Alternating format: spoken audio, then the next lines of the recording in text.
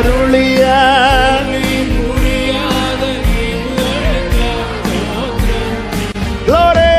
தேவன் அருளிய சொல்லி முடியாத ஹல்லேலூயா அளவில்லாவரின் கிருபைகளுக்காய் ஆயுள் முழுதும் ஸ்தோத்திரம். அளவில்லாவரின் ஆமென். நன்றி சொல்லாமல் இருக்கவே பல நன்மை செய்த இயேசுவுக்கே நன்றி சொல்லாமல்